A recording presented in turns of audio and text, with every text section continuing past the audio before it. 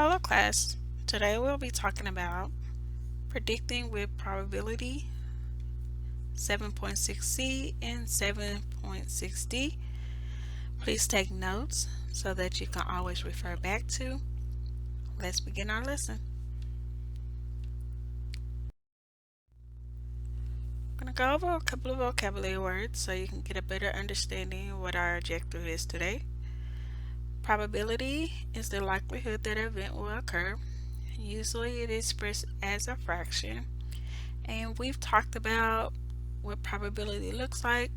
What do you want to happen versus all your possible outcomes. Remember, all your possible outcomes are all of your events that could likely happen in a given scenario. Theoretical probability is what we expect to happen. What do we expect to happen in an event? Experimental probability is what actually happens when we test it or try it out through an experiment. Prediction is an educated guess as to what will happen during an event. So we're going to talk about today predicting with theoretical and experimental probability. So when we begin to talk about predicting, some of the vocabulary words that you will need to know is that you need to know that we're going to predict, or you may hear the word expect something in the future. We will always use the big H strategy. Remember, we've done this in class. You set up your big H.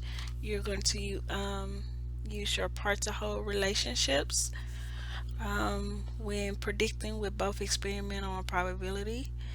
Predicting is about guessing a future result. So we're going to be talking about what would happen if this event would happen.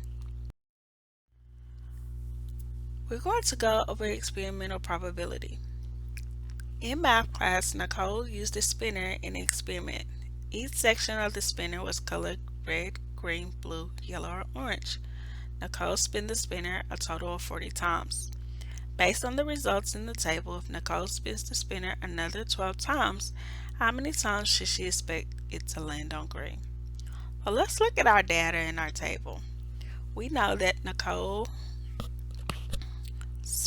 landed on the color red 5 times, green 10 times, blue 15 times, yellow 5 times, and orange 6 times based on the tally marks in our table. Now, this should equal up to a total of 40 times of what she did based off her experiment. Based on the results, we know that she needs to spin another 12 times, and we need to figure out, well, how many times did she land on green? So we're going to set up our big H strategy. We're going to figure out how many did she land on green out of the total. Well, what do we know? Let's look at green. Well, we know that based off of her experiment, she landed 10 on green out of 40 times. Now, Nicole needs to spin another 12 times. Well, she's already spent 40 times. If we add 12 more, that's going to be 52 times. Now, out of those 52 times, how many is she expected to land on the color green? So we'll use our cross products. 10 times 52. Remember, that should be mental math, so that should be 520 divided by 40. 40 will go into 52 one time. I'm going to subtract. It's 2, 1, bring down your 0. And 40 will go into 120 a total of 3 times. There's no remainders. So we know based off of our prediction that Nicole should land a total of 13 times on green. That's our answer.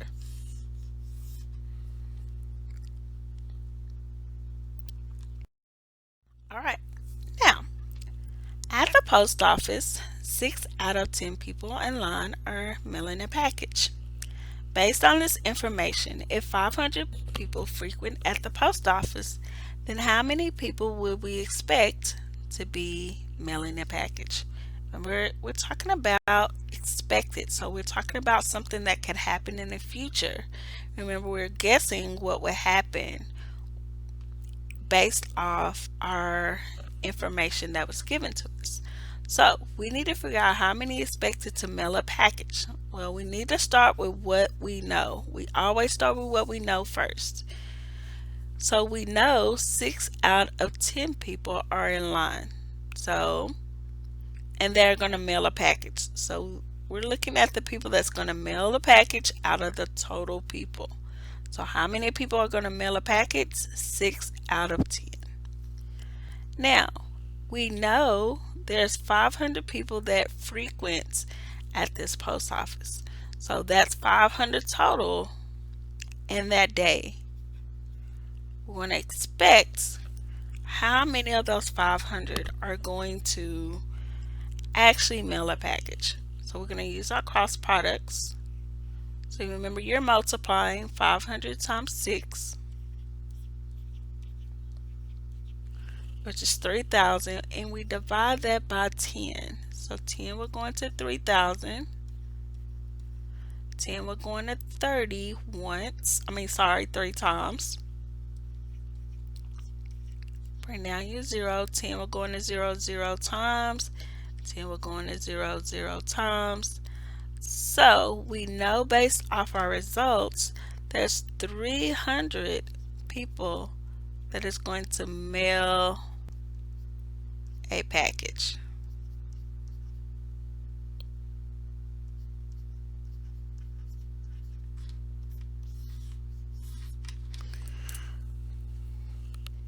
All right, next question.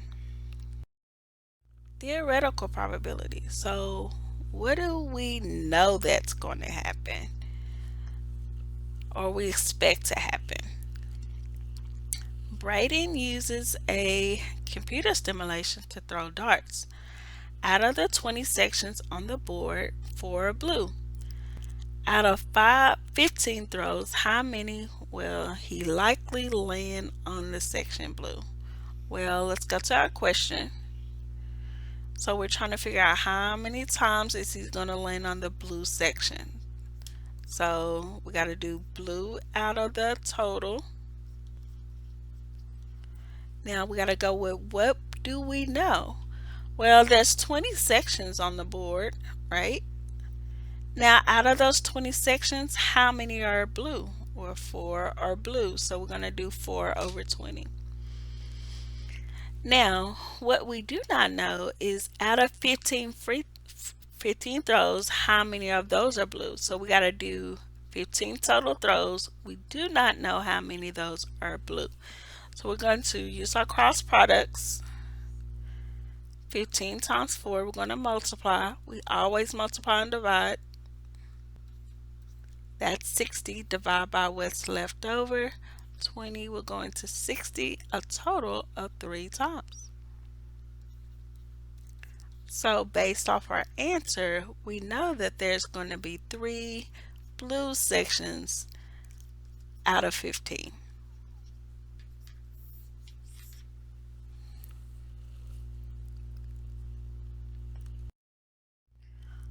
Now, you're going to complete the 6 strength training practice problems that I have provided to you.